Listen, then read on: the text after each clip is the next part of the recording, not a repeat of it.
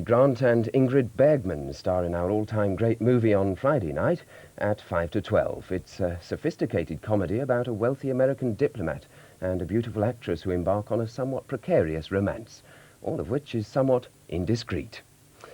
Well, now before the weather, it's no indiscretion to reveal what's on BBC1 tomorrow evening.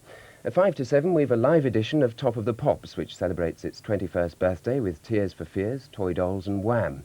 There's a musical accompaniment from Sheldon's guitar and steel drums at 7:35 when we're on the front line for comedy with the two Black half-brothers.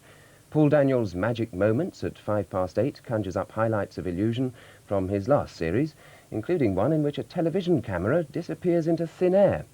And then, following the 9 o'clock news, there's deception and double-dealing in the second part of the true life story surrounding the lives of that espionage partnership, Wynne and Penkovsky. Starsky and Hutch screech into action at 10:25 in the first of a two-part story in which the arrival of a top hitman starts a sequence of horrible deaths.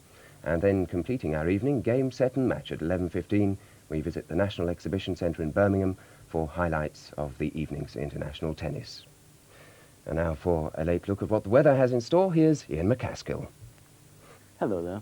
This long band of high pressure and these cold winds do mean a frosty spell of weather for us all. It could last right over the weekend, and if anything, it'll become colder as time goes on. Over eastern Britain too, there'll be sleet or snow showers running in from time to time as well. And in the west, not to be outdone, there'll be patches of quite persistent fog at times over the next few days there too. You can see very little change taking place on this chart on the map for noon tomorrow. They are still dominated, as you can see, by the high. There is a front, a cold front over the North Sea. There's colder air behind it, even colder air.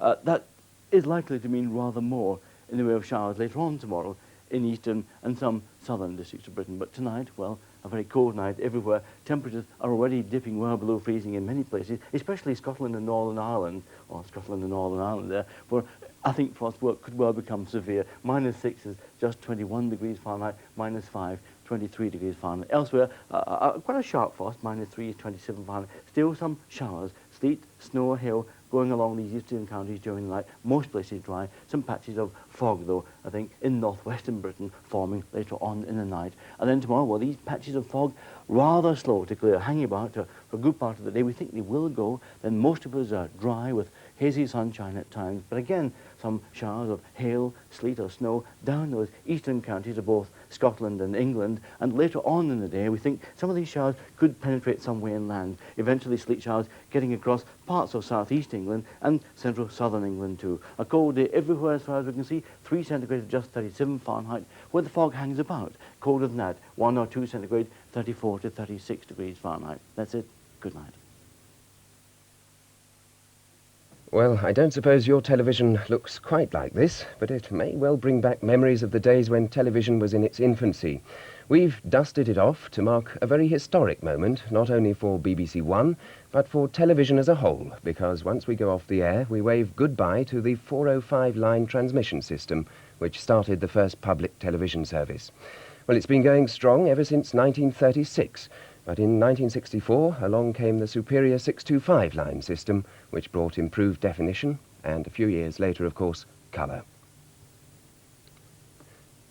Well, it's now just about 7 minutes past midnight, and it's goodbye to 405, and it's goodbye from me, for tonight anyway. So may I, David Miles, wish you a very peaceful night on behalf of all at the Television Centre, and I hope that you can join us for more high-definition viewing tomorrow, beginning at 6:30 with breakfast time. Good night.